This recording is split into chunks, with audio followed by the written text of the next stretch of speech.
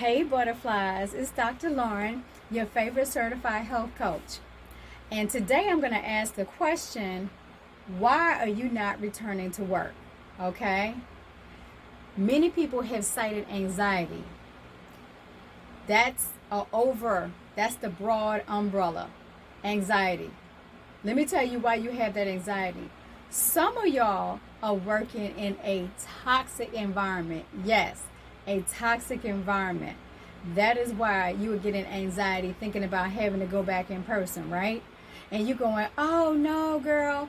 Oh no, my work environment is not toxic. I love all my coworkers. Guess what? If you think your workplace is not toxic, you probably the toxic person. I'm just going to put it out there. Just say ouch if I stepped on your toes. You probably the toxic person, right?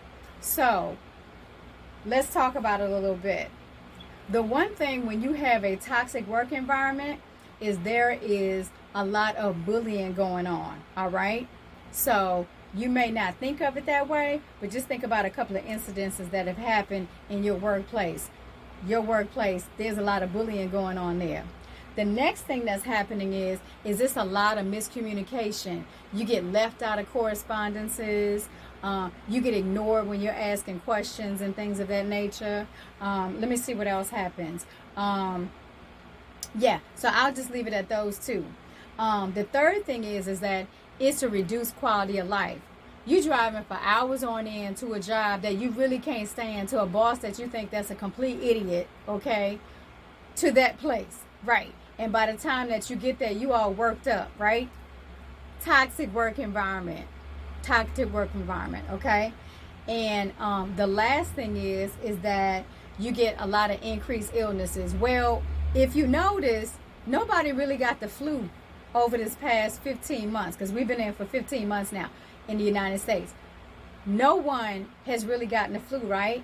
Have you gotten a cold? Anything of that nature? Gotten any germs, cooties from coworkers and stuff like that? No. Much healthier being at home. Let me tell you what was happening while you were sitting at home. You got increased self-care because you were able to actually do that short commute from your bedroom to the computer, okay, to the Zoom, which is actually not green at all. So that's the increased self-care. You've been able to go to the grocery store, cook your meals at home. You've been able to go and get your nails done, a hair done, when it was safe and so forth. Get you a nice pedicure, massage, if in fact you were able to, right? So you were able to do some self-care. You could actually read a book, take time out for yourself and so forth, hopefully, right?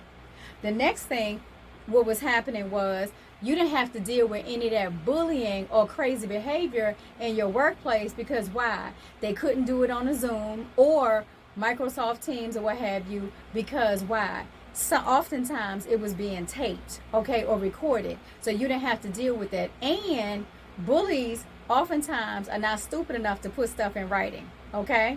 So the third thing is you were forced to communicate effectively. And like I said, in order for them to be able to say stuff to you, they had to put it in writing. If they could, write it very eloquently and so forth, they had to put any of the work assignments, etc., in writing. And the last thing is, again, decreased colds, allergies. You didn't have to deal with any of that stuff. You didn't have to deal with, unless you had the COVID-19. And for that, I'm so sorry. I'm glad you survived if you're watching this video, right? So here's some self-care tips that I want to give to you. Here's some self-care tips moving forward. Whether you decide to go back to work in person or not is totally up to you, because that is definitely your business. Make sure you keep that self-care going. Make sure that you keep those home-cooked meals going. Do not start eating all of that toxic processed food in the workplace that they always want to have going on, celebrating something, even the open of an envelope, when the wind blows and so forth at your work environment. I want you to make sure that you are continuing to read a book if that's your jam, do meditation, yoga, walking, running, bike riding, whatever that is that you do that is self-care for you. All right? So that is my Metamorphosis Minute for today. This is Dr. Lauren, your favorite certified health coach. Thank you for listening. I want you to click like, share, subscribe, and follow.